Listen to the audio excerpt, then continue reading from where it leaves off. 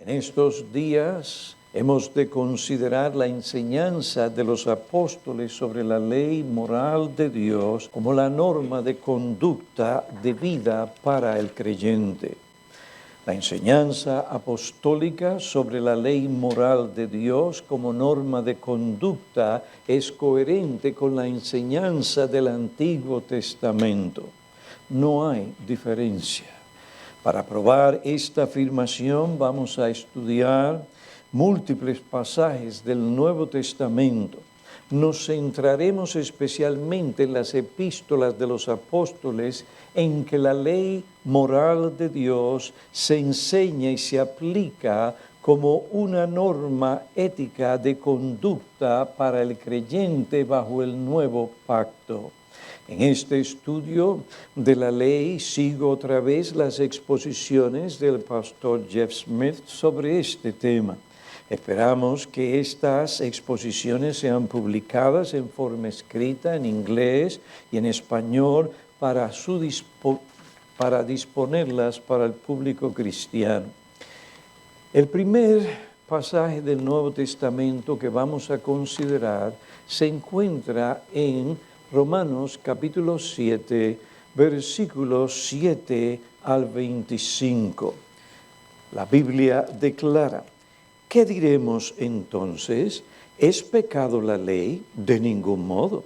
Al contrario, yo no hubiera llegado a conocer el pecado si no hubiera sido por medio de la ley. Porque yo no hubiera sabido lo que es la codicia si la ley no hubiera dicho no codiciarás. Pero el pecado, aprovechándose del mandamiento, produjo en mí toda clase de codicia, porque aparte de la ley, el pecado está muerto. Y en un tiempo yo vivía sin ley, pero al venir el mandamiento, el pecado revivió y yo morí. Y este mandamiento que era para vida, a mí me resultó para muerte, porque el pecado, aprovechándose del mandamiento, me engañó y por medio de él me mató. Así que la ley es santa, el mandamiento es santo, justo y bueno. Entonces, ¿lo que es bueno vino a ser causa de muerte para mí? De ningún modo. Al contrario, fue el pecado, a fin de mostrarse que es pecado al producir mi muerte por medio de lo que es bueno, para que por medio del mandamiento el pecado llegue a ser en extremo pecaminoso. Porque sabemos que la ley es espiritual, pero yo soy carnal, vendido a la esclavitud del pecado. Este es un lenguaje fuerte. Porque lo que hago no lo entiendo, porque no practico lo que quiero hacer, sino que lo que aborrezco, eso hago. Y si lo que no quiero hacer, eso hago, estoy de acuerdo con la ley, reconociendo que es buena. Así que ya no soy yo el que lo hace, sino el pecado que habita en mí. Porque yo sé que en mí, es decir, en mi carne, no habita nada bueno. Pero la ley en sí misma es santa, es justa, es buena. Refleja el carácter santo de Dios. Nada malo hay en sus exigencias o en lo que demanda del hombre como norma de conducta en su vida y de la vida de cualquier otra persona. El problema es la forma en que el hombre reacciona o usa la ley cuando no está unido a Cristo por la fe. Ahí es que está el problema. Desde el versículo 7 al 13, Pablo hace referencia a su experiencia pasada con la ley para darnos un ejemplo de cómo funciona la ley en el hombre cuando éste no está unido a Cristo por la fe. En primer lugar, el intentar cumplir la ley no hace al hombre santo delante de Dios. Al contrario, la ley revela el pecado. Versículo 7. Yo no hubiera llegado a conocer el pecado si no hubiera sido por medio de la ley. En segundo lugar, el contacto con la ley incita al hombre a pecar. Es decir, le incita a hacer las mismas cosas que la ley prohíbe. El problema no está en la ley, sino en el hombre. Su corrupción interna incita a violar la ley.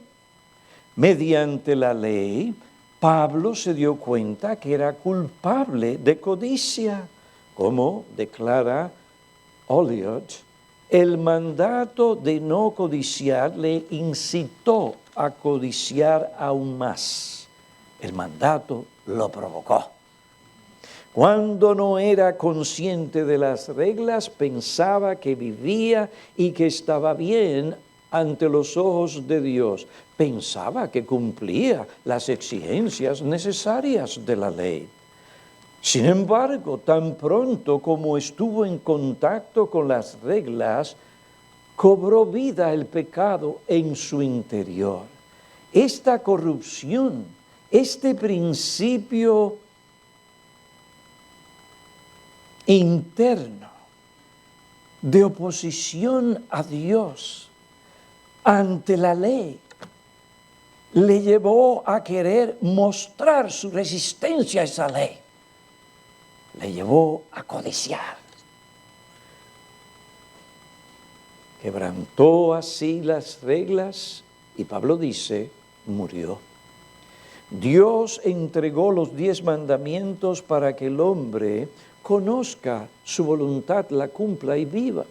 Sin embargo, debido a que la ley avivó el pecado, éste tomó más fuerza y su efecto práctico fue que el hombre murió. Capítulo 7, versículo 10. Es decir, él se dio cuenta que estaba condenado a morir por su pecado. Nunca le habría pasado eso si no hubiera sido por los mandamientos cuando estos fueron aplicados correctamente, internamente, y Pablo vio las exigencias internas de esa ley. Sin los mandamientos el pecado no se hubiera avivado tanto. Ahora, ¿es esto la culpa de aquel que dio los mandamientos? En ningún modo. ¿Hay de por sí algo malo en la ley o en las reglas divinas? En ningún modo. Las reglas, como indiqué, son santas, justas y buenas.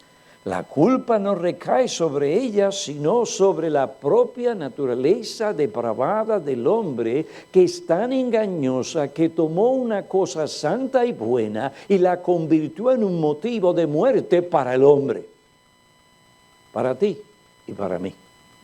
No hay nada erróneo en los 10 mandamientos. La culpa recae en la naturaleza depravada de los hombres y de las mujeres. En tercer lugar, cuando la ley expone nuestro pecado, los deseos de nuestro corazón corrupto se despiertan.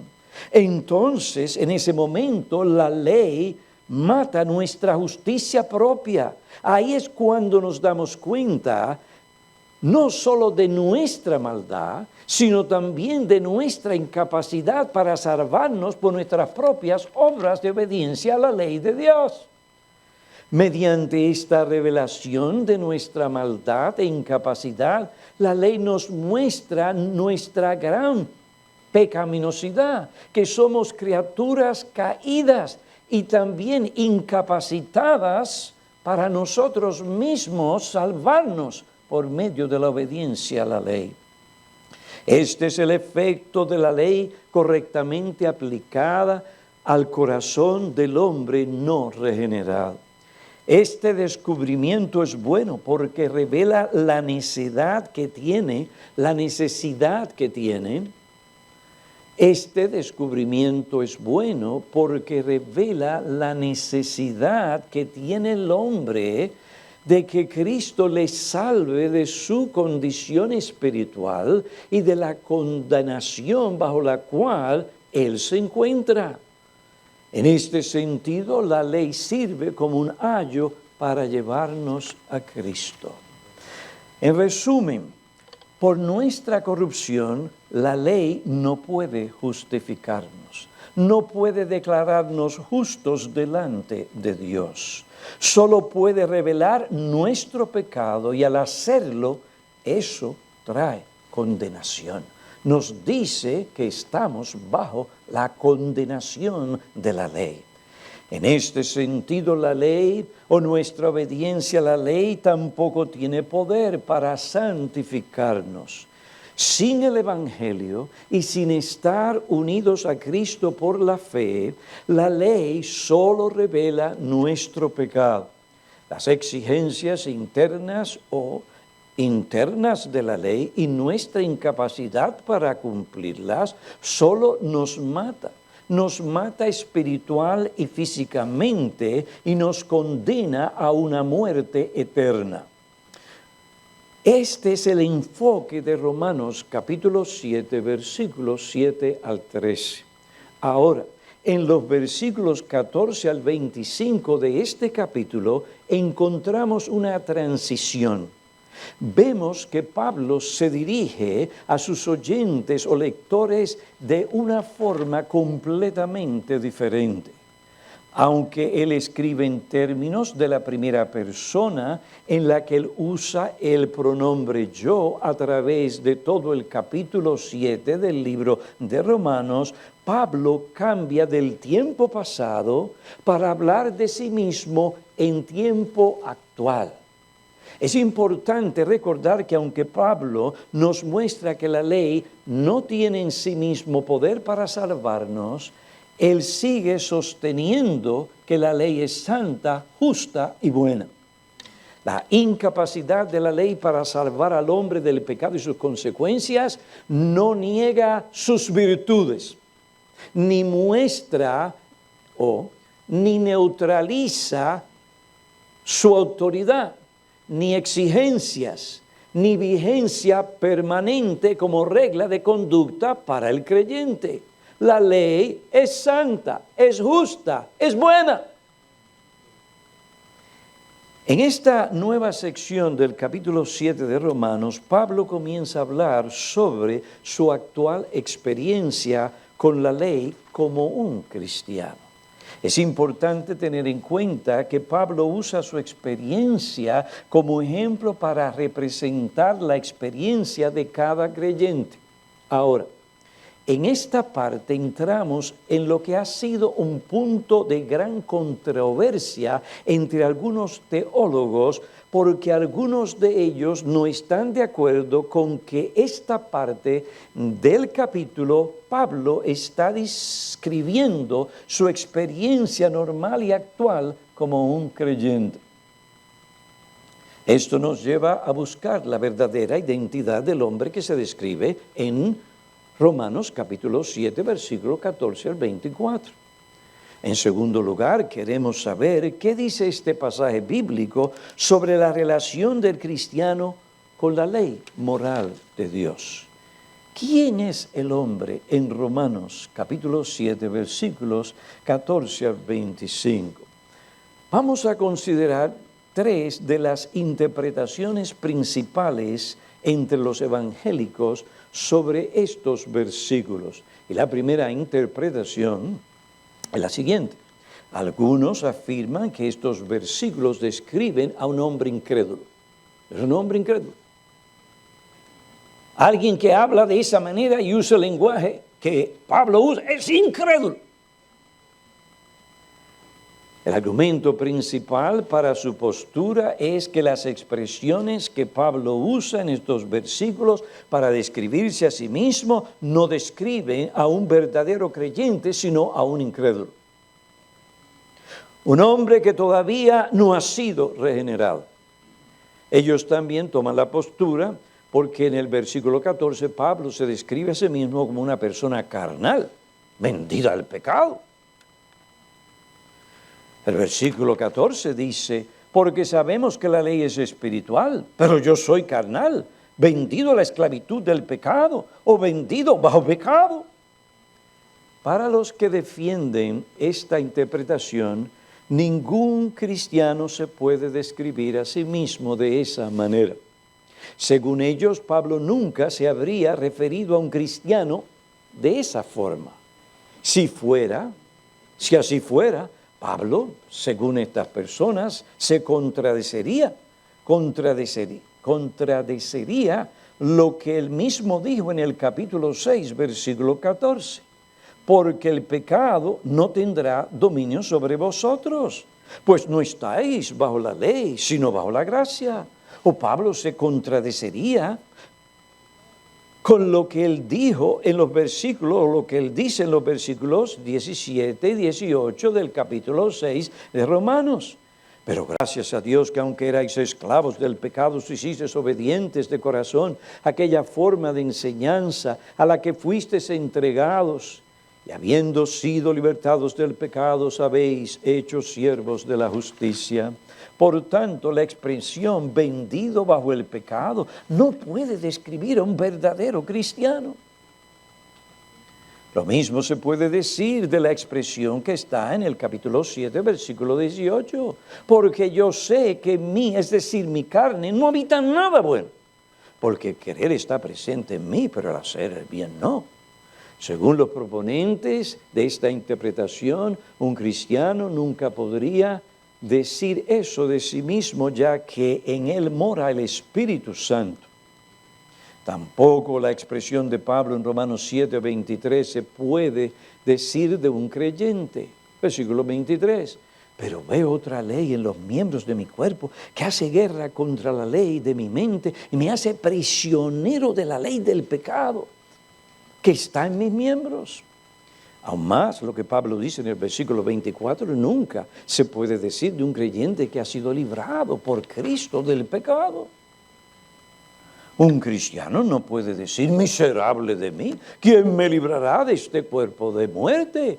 Ya que el cristiano ha sido librado por Cristo de esa condición. Por tanto, el versículo 24 no describe a un cristiano. Además, los que afirman que Pablo en los versículos 14 al 25 no describe a un cristiano, sino a un incrédulo, alegan que el contraste entre el lenguaje de Romanos 7 y lo que Pablo dice en el capítulo 8 no permite tal interpretación. El lenguaje de Romanos 7 describe una vida oscura, sombría, pesimista y derrotada. En cambio, Romanos 8 presenta un cuadro alegre, victorioso. La vida victoriosa.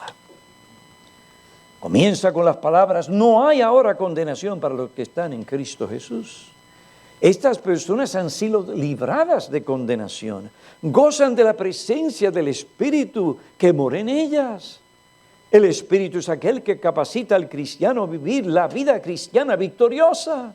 Por tanto, el hombre que se describe en Romanos 7 es el hombre natural que no ha nacido de nuevo. Es el hombre que no ha sido librado por Cristo ni está unido a Cristo.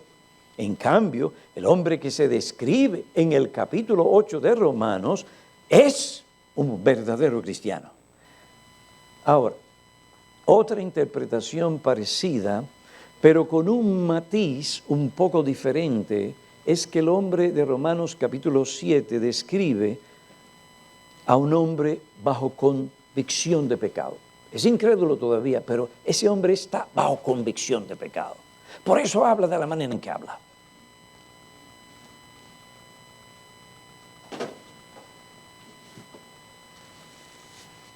Pero todavía no es un creyente. Este hombre que Pablo describe, según los que apoyan esta perspectiva, no es aquel que le interesa tener una relación con Dios, ni le importan las consecuencias de su desobediencia. Pablo no se refiere a tal hombre, sino al hombre que la ley divina ha despertado y ahora está bajo convicción de pecado.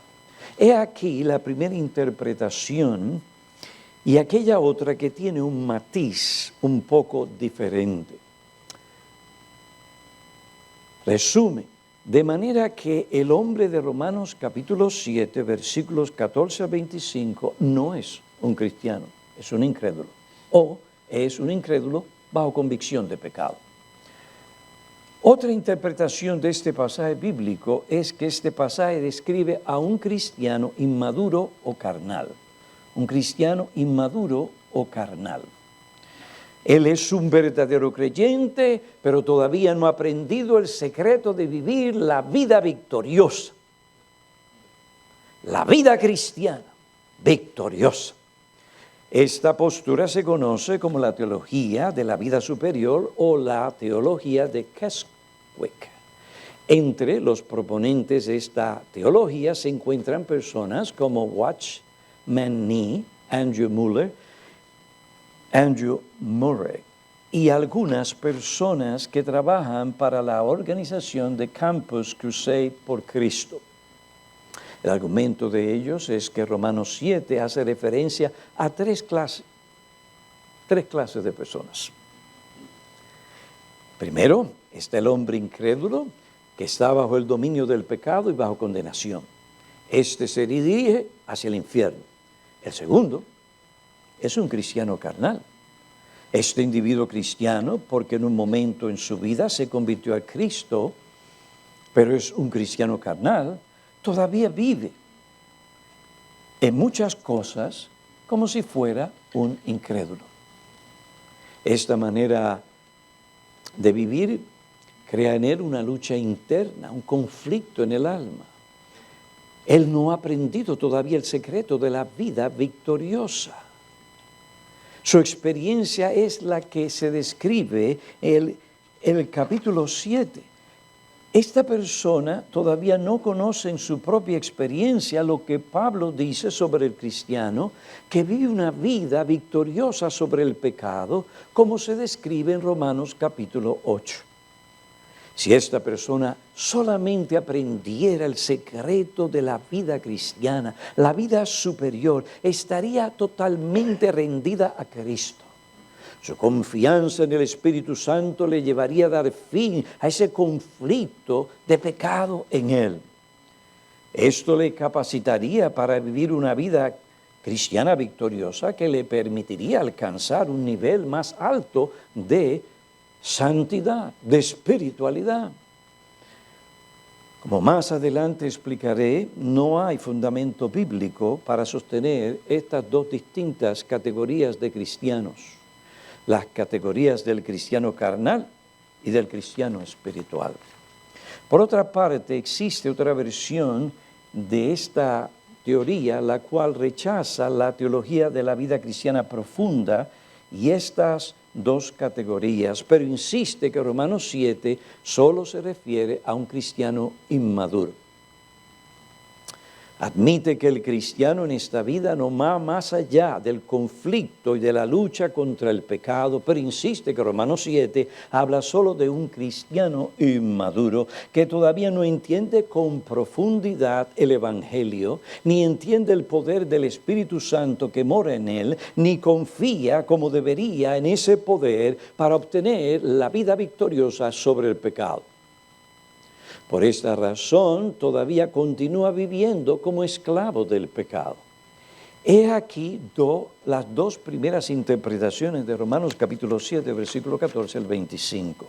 La primera ve al hombre de Romanos capítulo 7, versículo 14 como un incrédulo, y el matiz es uno que está bajo convicción de pecado. La segunda interpretación de este pasaje ve aquí la descripción de un cristiano, pero de un cristiano carnal o inmaduro. La tercera interpretación de Romanos capítulo 7, versículos 14 al 25, es que este pasaje describe la experiencia normal de la vida cristiana. Este pasaje describe la experiencia normal de la vida cristiana aún, oiga bien, de un cristiano maduro. A menudo esta interpretación se le conoce como la perspectiva reformada. Esto se debe que históricamente ha sido la perspectiva común entre los teólogos y comentaristas reformados. Hay excepciones, pero esta es la perspectiva que comúnmente adoptan los reformados. Esta fue la perspectiva de San Agustín. Al principio de su vida cristiana, posiblemente debido al trasfondo de su vida antes de su conversión, Agustín adoptó y defendió la primera interpretación de Romanos capítulo 7, versículo 14 al 25, pero después que aumentó su conocimiento de la vida cristiana y considerar con más cuidado y más profundidad este capítulo, él cambió de parecer.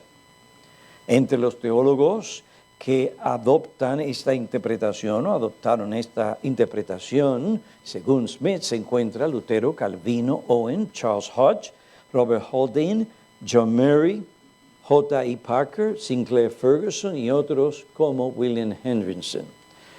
Consideremos los argumentos que apoyan esta interpretación, porque si nos vamos por donde ellos nos tiran, nos están robando mucho consuelo y guía y enseñanza para nosotros que estamos tratando con nuestro pecado, con la presencia del pecado. Consideremos los argumentos que apoyan esta interpretación. En primer lugar, el cambio de los tiempos en los verbos junto al pronombre personal yo indica que Pablo continúa describiendo su propia experiencia cristiana, aún como un creyente maduro. La experiencia que Pablo describe continúa siendo su experiencia. Desde el versículo 14, Pablo cambia el tiempo pasado por el tiempo presente. Mientras tanto, él continúa usando el pronombre personal yo. Versículo 14, pero yo soy carnal, vendido a la esclavitud del pecado, porque lo que hago no lo entiendo, porque no practico lo que quiero hacer, sino lo que aborrezco, eso hago. De este mismo hombre, Pablo en el versículo 22 dice, porque en el hombre interior me deleito con la ley de Dios. Sin embargo, aunque este es mi deleite interno, a la misma vez veo otra ley en los miembros de mi cuerpo que hace guerra contra la ley de mi mente y me hace prisionero de la ley del pecado que está en mis miembros. La forma más natural para entender la experiencia que Pablo relata con el uso del pronombre en la primera persona y con los verbos en el presente es que Pablo está refiriéndose a sí mismo, a su actual experiencia como cristiano, aún siendo un cristiano maduro. Aquí Pablo no se refiere a otra persona, a un incrédulo, a un creyente meramente inmaduro, no. Pablo está refiriéndose al mismo en su condición y experiencia actual. Está siendo bien honesto consigo mismo de la realidad que él está conociendo o experimenta.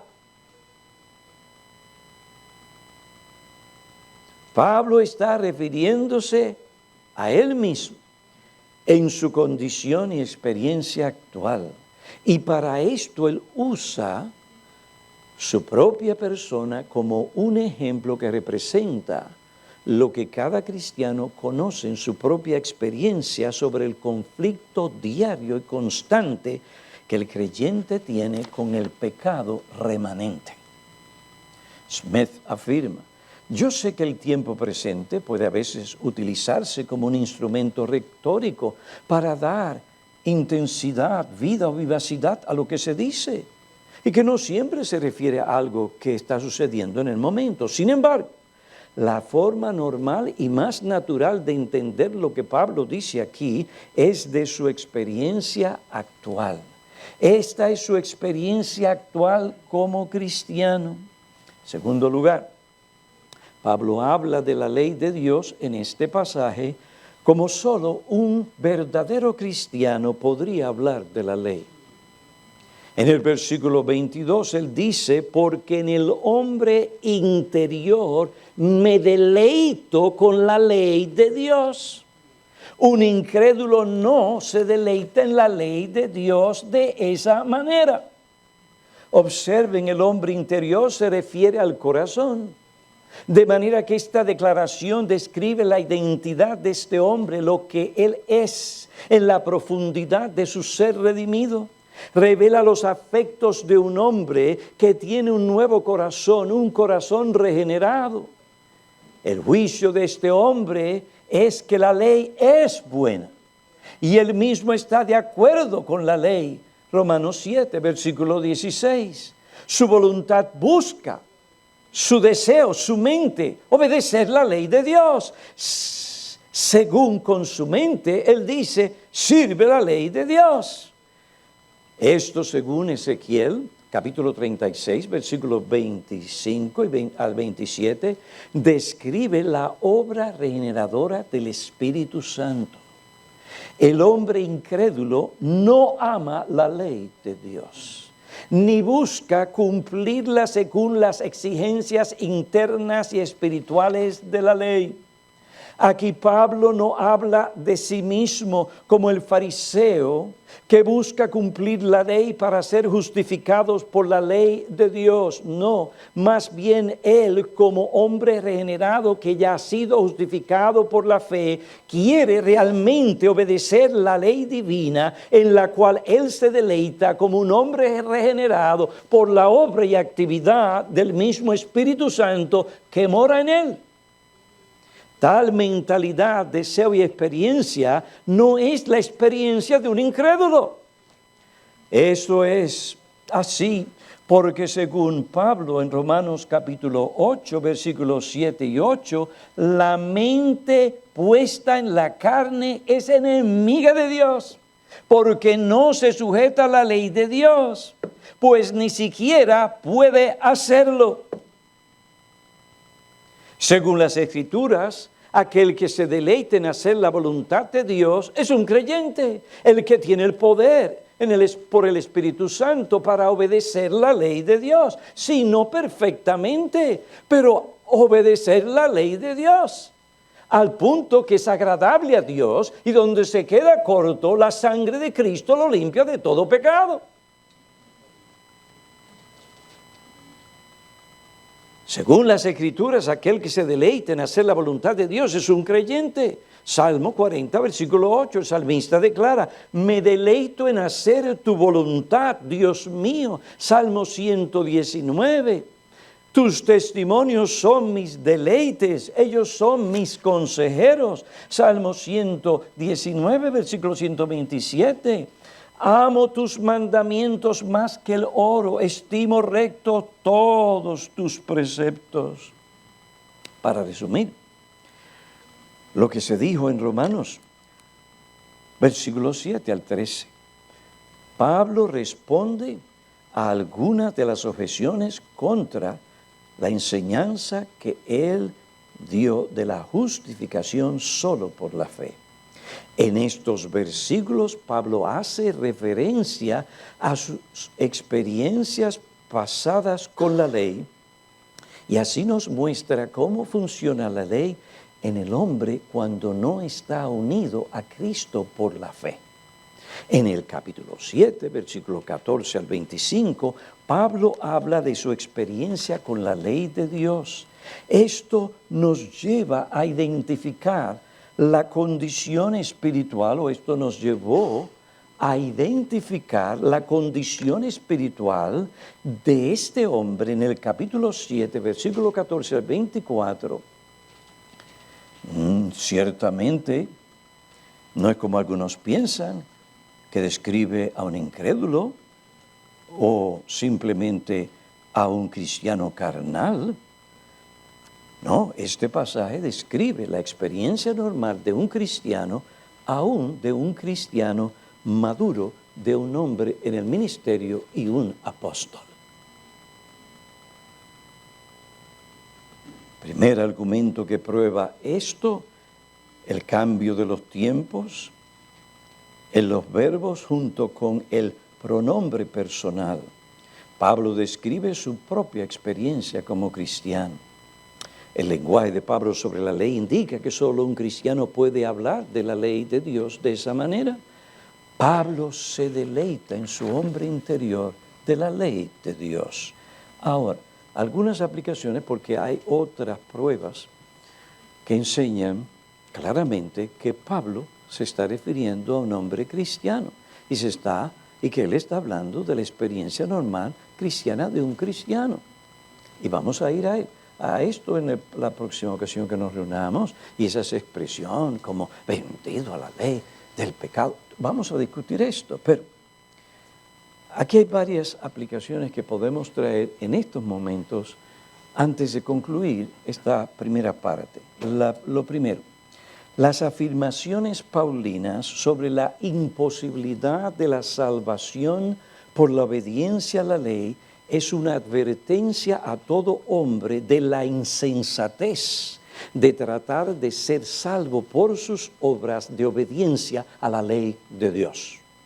Porque por medio de la ley correctamente aplicada, en lo que respecta no solo a sus exigencias externas, sino también internas, las demandas sobre el corazón, cuando esa ley se aplica, ¿qué sucede? Viene el conocimiento de pecado. Mientras más se esfuerza el hombre por ser aceptado por Dios, por su obediencia, ¿qué va a pasar si es honesto y tiene la luz del Espíritu y de la palabra? Se da cuenta que no puede realmente cumplir por sí mismo las demandas internas y externas de la ley de Dios y como tal, entonces está perdido. Mereces, sí, la muerte, está bajo condenación. Al ver que él no puede, por más que se esfuerce, cumplir las exigencias internas y externas de la ley, entonces ve su culpa, su incapacidad para ser aceptado y perdonado por Dios por medio de su obediencia a la ley. Pero ahora, aquí está el Evangelio, pero ahora aparte de la ley, de la obediencia a la ley, como medio para obtener vida, pero ahora, aparte de la ley, la justicia de Dios, así como se revela en Cristo y en la cruz, ha sido manifestada, es decir, la justicia de Dios que se recibe por medio de la fe en el Señor Jesucristo para los que creen, siendo justificados gratuitamente por su gracia, por medio de la redención que es en Cristo Jesús. La salvación de Cristo del pecado y la condenación se obtiene no por el hacer, sino por el creer en Cristo. Aquel que tomó una naturaleza humana, se hizo hombre sin dejar de ser Dios y cumplió perfectamente a cabalidad, completamente, en términos absolutos, toda la ley de Dios. ¿Y lo hizo por qué? Porque Él necesitaba. No es Dios. Él lo hizo por nosotros. Él cumplió esa ley para darnos una perfecta justicia, para imputar esa justicia a favor de nosotros, porque es que por la obediencia a las obras de la ley, lo que vamos a descubrir y ver, si somos honestos, es nuestra pecaminosidad, nuestro pecado. Y esto es importante para los niños que nacen en un hogar cristiano. Constantemente están oyendo lo que tienen que hacer y lo que no tienen que hacer. Una y otra vez, y poco a poco eso puede llegar a registrarse como, si yo hago esto, y yo hago esto, y yo hago esto, entonces, ahí está. Pero por más que se esfuerzan, cuando comienzan a darse cuenta de la realidad de que no pueden llegar a esa perfección, entonces se dan cuenta. Esperamos que se den cuenta que no pueden salvarse por su obediencia, que la ley se les da para que, sí, la ley es santa, es buena, es la norma de conducta, agradable a Dios, es santa. Es lo que Dios espera, pero hay un problema, es tu corazón, es tu depravación. Es que en ti hay una oposición, algo que se levanta en contra de la ley. Mami dice, no hagas esto, porque la ley de Dios dice esto, y tú que no estabas tan interesado en hacerlo, ahora sí quieres hacerlo. Para ir contra la corriente, como le pasó al pastor Piñero. El doctor le dijo, usted es un bebedor social. Yo dije, bueno, cuando una vez que otra, cuando va a España, porque ya se toma, pero yo no bebo. Mire, ni lo huela. Pues, ¿qué pasa? Que cuando usted va a algunos lugares, Si va en primera clase o en clase ejecutiva, allí se sirve vino. Pues a mí, que no me gustaba el vino, y que no era una preocupación para mí, ahora es ley, el doctor me lo prohibió y ahora quiero tomar vino.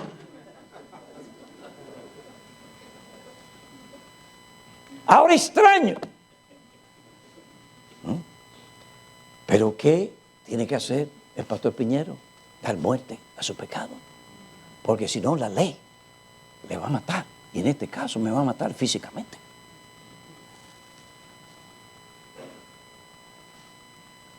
Chicos, la salvación no es por obras. La ley se dio en lo que respecta a ti por tu condición pecaminosa para llevarte a Cristo. Para llevar que en Él tienes la justicia perfecta y completa que necesitas. Para que Dios te perdone y te acepte y te reciba como uno de sus hijos. ¡Qué gran privilegio! Ahora, en segundo lugar, y todo esto por la fe en Cristo. En segundo lugar, si la interpretación correcta de Romanos capítulo 7, versículo 14 al 25, es que el hombre que se describe en estos versículos es un cristiano, y aún un cristiano maduro, entonces eso explica mi propia experiencia cristiana y la tuya, si eres honesto. La realidad de que somos creyentes en Cristo no nos ha librado, aún siendo pastores, de la presencia del pecado remanente en nosotros. Aunque hemos sido librados, sí, de condenación eterna y del poder totalitario que antes ejercía el pecado sobre nosotros, eso no niega la realidad de la presencia y la actividad actual del pecado en mí y en ti. Este conocimiento está aquí para ayudarnos a nosotros. Es un apóstol que está abriendo el telón para mostrarnos las luchas internas que él tenía constantemente y cómo él enfrentaba el pecado. Porque si usted no lo trata como él dice y enseña en capítulo 7 y en el capítulo 8, usted va a estar desanimado, deprimido y algunos listos para salir del ministerio.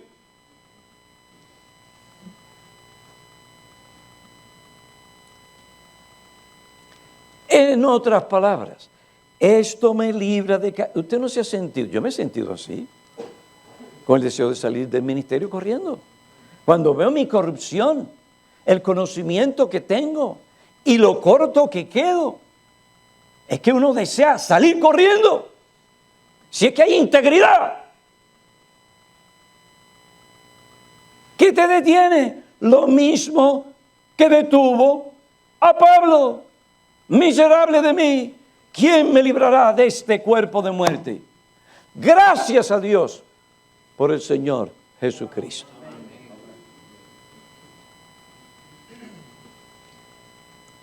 Este conocimiento me libra a mí de caer en un estado deplorable de depresión al ver la manifestación de esa bestia horrible que todavía está en mí y se manifiesta en mi conducta, mi reacción, mis gestos. Esto me lleva nuevamente a Cristo, como llevó a Pablo. No pasemos por alto el realismo de la Biblia. Nos revela las cosas como son.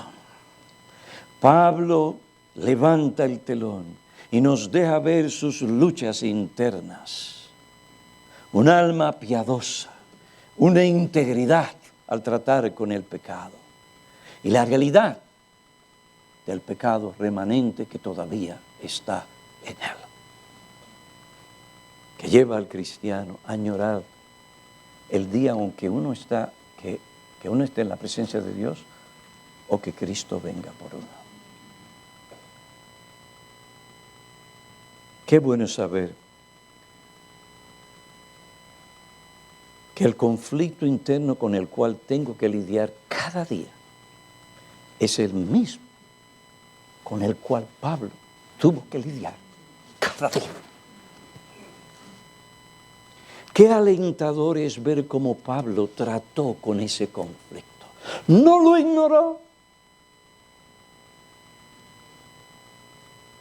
lo trató con honestidad y bíblicamente, como David confrontó y enfrentó su pecado. Qué alentador es ver cómo Pablo trató con este conflicto, que no lo usó para justificar su pecado, sino para confrontarlo bíblicamente, como pasa a hacerlo en el capítulo 7, versículo 25 y el capítulo 8. Por otra parte, aquí tenemos una advertencia y amonestación a tomar en serio la presencia del pecado remanente en nosotros, aún siendo ministros del Evangelio. Es más, cuanto más viejo usted se pone, más peligroso es.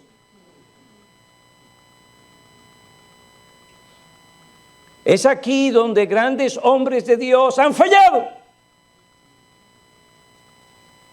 Nosotros no podemos andar como personas ingenuas, como si no tuviéramos que lidiar o cuidarnos de la realidad interna del pecado remanente en nuestra vida, en nuestro propio corazón.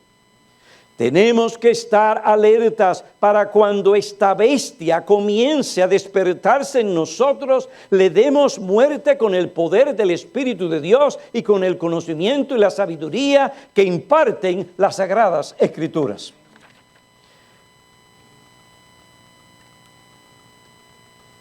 Hermanos, ustedes, la experiencia vuestra no puede ser más alta que la de Pablo ni la de Juan, el apóstol. Si decimos que no tenemos pecado, pues tú eres un apóstol. Si decimos que no tenemos pecado, nos engañamos a nosotros mismos y la verdad no está en nosotros. Si confesamos nuestro pecado,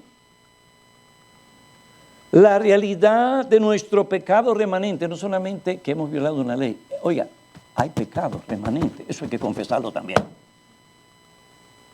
Si confesamos nuestro pecado y su manifestación, Dios es fiel y justo para perdonar nuestros pecados y para limpiarnos. Oiga bien, T-O-D-A, toda, términos absolutos, toda maldad.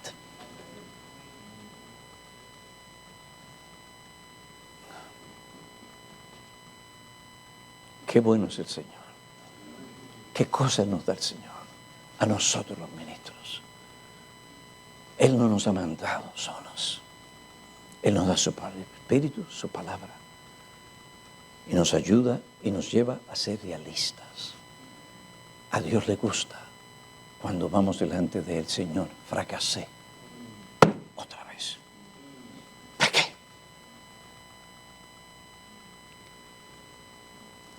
Imagínense qué difícil es para un hombre de 40, 45 años en el ministerio y ver que todavía está luchando con cosas que anteriormente en su temprana edad estaba luchando. Eso es duro. Pero ¿saben qué?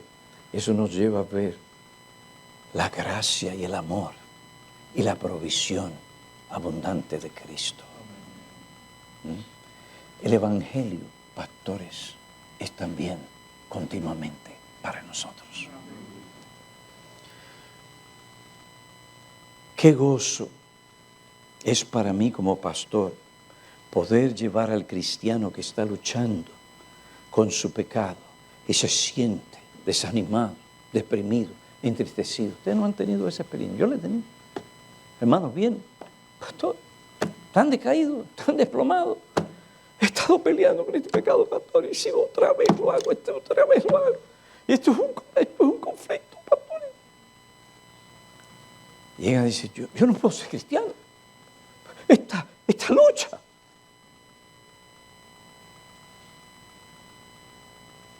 Ustedes saben lo contento y lo gozoso que yo me pongo cuando inmediatamente me viene Romanos capítulo 7 o Gálatas capítulo 5.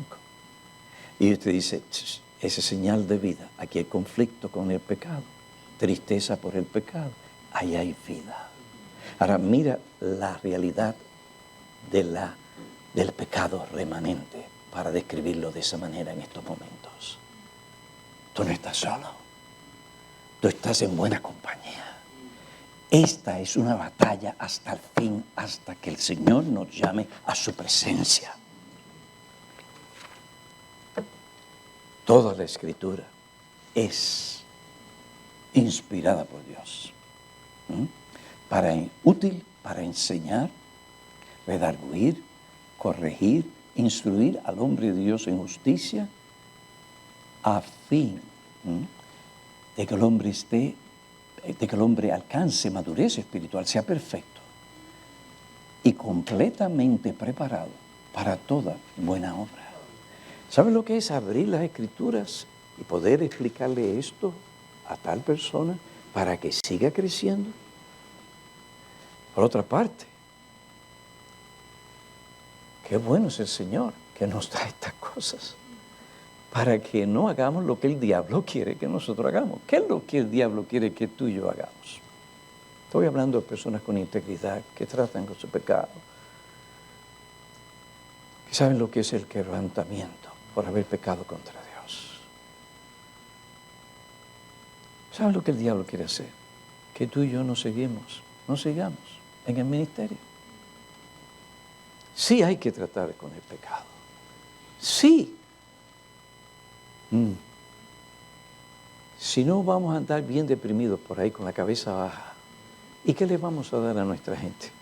Estamos negando el Evangelio de Cristo que predicamos si no lo estamos aplicando en nuestras propias vidas. No es por obras. Como dijo un pastor que amamos muchísimo, si yo he de ser salvo o justificado por mis obras, me voy al infierno o estoy condenado. Mis pecados ministeriales. Pero hay abundante provisión para ti y para mí en el Señor Jesucristo. Solo Cristo. Oremos. Oh Padre, agradecidos estamos por la enseñanza de tu palabra. Te pedimos, oh Dios, que estas cosas animen el corazón de tus siervos, aquellos que tú has llamado y has dado a tu iglesia como dones, para que ellos guíen, pastoreen la grey conforme a tu corazón, con inteligencia y sabiduría de tu Espíritu, de tu palabra. Oh Padre, perdónanos por nuestro pecado. Confesamos que somos lo que somos, que el pecado todavía remanente está en nosotros. Perdónanos por vivir ingenuamente como si eso no fuera una realidad, por nuestro oficio o por querer tener o dar o mantener una buena apariencia delante de los hombres. Perdónanos. Gracias por Cristo. Gracias por Cristo. Gracias por nuestro amado y bendito Salvador, por su muerte, por su vida, por su intercesión, por su palabra y por su Espíritu. Y a Él sea la gloria en Cristo. Oh Padre, te pedimos y te damos gracias. Amén.